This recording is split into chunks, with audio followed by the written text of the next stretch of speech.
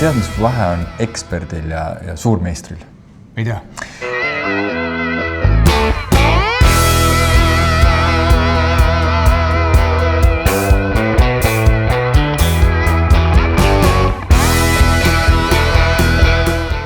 Kui sa poleks täna Liveni juht, siis mis on see hoopis teistsugune töö, mida sa võiksid teha? No, ma tean väga hästi, et minu suur hobi on kaitseliit, millega ma tegelen ja sealt on välja kasvanud droonide ehitamine.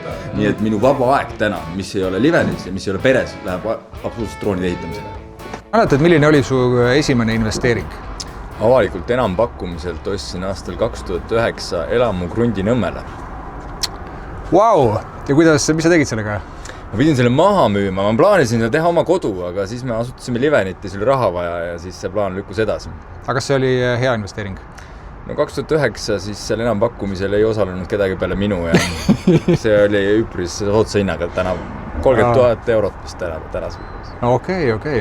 Aga kas mõni on selline investeerimisotsus olnud ka sul kunagi, et tagasi mõeldes tundub selline veider või naljakas? No need on mitu olnud ja need olid kõik sarnase veaga, et ma ostsin aktsiaid mõnda aega lähtudes selle ettevõtte mineviku näitajatest ja ei keskendunud nii palju selle ettevõtte tuleviku peale ja tänu sellele tegin päris palju valesi otsuseid. Aga milline investor sa täna oled? Täna ma olen see, kes ostab seda, mida ta ise tarbib. Ehk? No hiljuti ostsin uue arvuti ja oli ikkagi Apple'i arvuti ja julgesin Apple'i aktsiaid ka osta ja kuna sinna ka Exceli installisin, siis vaatasin, et Microsoft tuleb ka osta natuke juurde. Väga hea hinnaga sain kusjuures seda Microsofti, et siin keset sõda. On sul mõni selline rituaal või harjumus, mida sulle meeldib teha, näiteks kui päeva alustad? Väga ei ole. Kui on sellised võib-olla raskemad vestlused ees või raskemad koosolekud, siis muidugi need mõttes käid läbi, aga sel hetkel, kui see raske vestlus või koosolek käes on, siis ma katsun seal võimalikult ikkagi hetkes olla. Et kuidas see vestlus või see koosolek areneb ja seal nii-öelda uut infot tarbida nii palju kui võimalik, et saaks siis seal koha peal selle võimalikult kvaliteetse otsuse või järgmised käigud teha. Aga on sul mõni selline tegevus, mida sa siis teed, kui lihtsalt, et pea selgeks saada, ma ei tea, pea on pulki täis ja... Ma vajan sellist intellektuaalset tegevust, mis mu kuidagi meeled kinni hoiab. Et näiteks puhtalt spordist mulle ei aita, et pigem midagi sellist, mis sellist kergelt dopamiini toodab ja tänu sellele hoiab sind koos. See võivad väga erinevad olla, et seesama näiteks droonide ehitamisel selliste uute väljakutsete lahendamine, insenerialaste väljakutsete lahendamine. Et tänapäeval AI ajal sul on nagu väga lihtne võimalik saada ligi kõikidele doktoritöödele, uurimustöödele, nendest kõikidest kiiret kokkuvõtet teha, praktikas katsetada neid asju ja siis kohe edasi liikuda, et see kõik toimub väga kiiresti ja siis need dopamiini laksud tulevad ka seal paralleelselt tegevuse käigus. Aga kus neid droone kasutatakse täna? Kuna me teeme seda Kaitseliidu raames, siis see on puhtalt mõeldud Kaitseliidu tarbeks või sõjalise otsmärgi tarbeks. Kus sul müüki ei ole plaanid panna? No võib-olla jõuavad.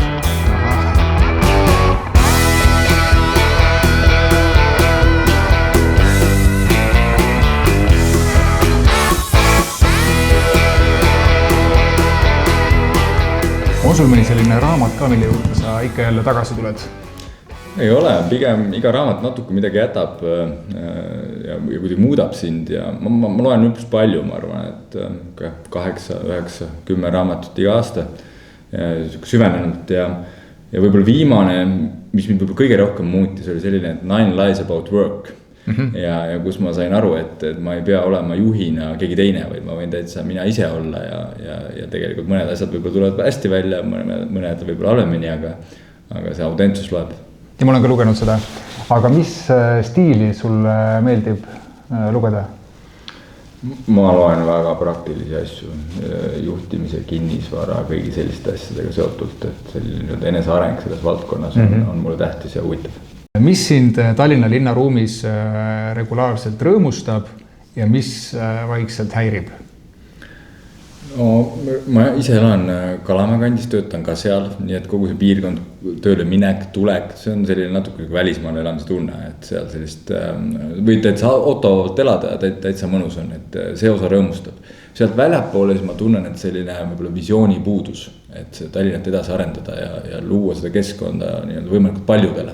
Et nad saaks sellisel tervislikul viisil elada, kasutada jalgratast igapäevaselt tööle minekuks ja nii edasi.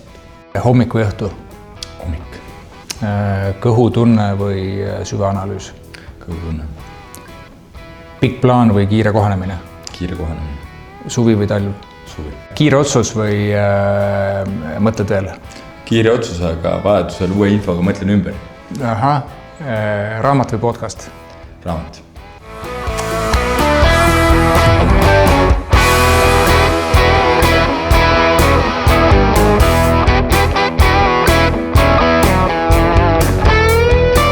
Me teeme midagi, milles me tahame olla kõige paremad. Mitte siin Eestis või Tallinnas, vaid üleüldse. Et tuua klientideni võimalus oma kodu muuta, kujundada ja teha sellist massi individualiseerimist ja seda sellise hinnaga, mida sa muidu võib-olla ostad tavaliselt korterit. Teil on reklaam, kodu, mitte kinnisvara. Mis see tähendab? No kodu loomine, see tähendab seda, et sa alustad seda sellest inimesest, kes sinna elama tuleb. Millised on tema vajadused, kes ta on.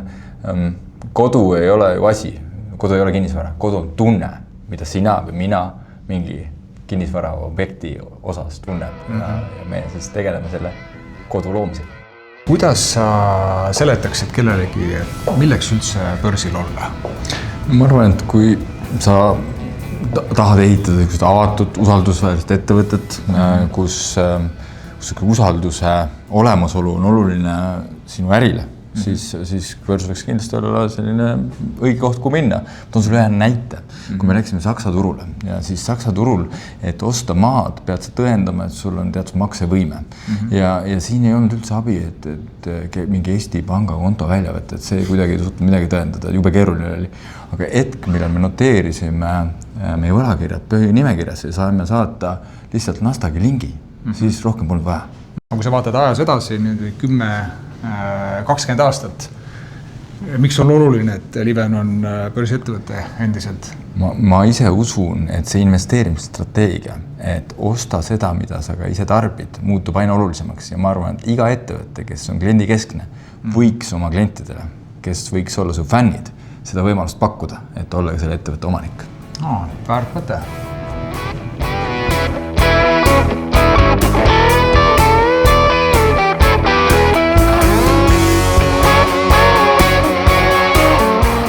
Kuidas on muutunud ajas sinu suhe riski ja riski võtmisesse?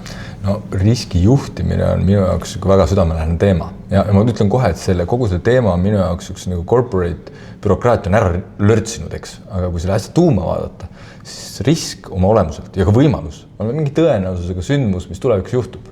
Ja mida rohkem sa tööd teed nende riskidega ja ka võimalustega, siis see määrab tegelikult väga-väga paljude tegevuste edukuse lõpuks. Ehk et ilma riski võtmata tulu teenimine on alati väiksem.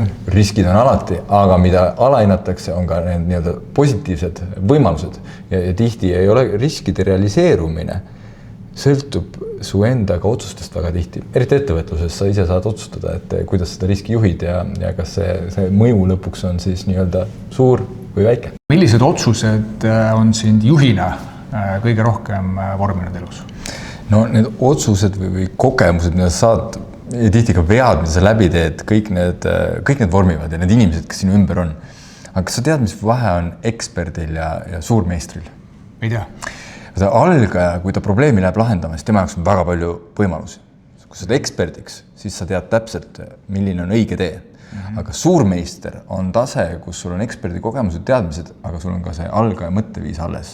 Nii et kõigi nende kogemuste ja otsustega, mis ma saan, ma pidevalt proovin nendega tööd teha, et säilitada seda algaja mõtteviisi lähenemist. Kuidas õnnestub? Raske öelda, aga ma loodan, et õnnestub. Aga mis on, ütleme, need teadmised, mis sul täna on, aga mida sa soovid, et sul oleksid olnud? Ma arvan, et kõige rohkem, mida ma olen võib-olla alahinnanud, on lihtsus. et noore juhina kippusin võib-olla liiga keerulisi võib-olla sisesüsteeme, juhtimismudeleid, kõiki selliseid asju ehitama.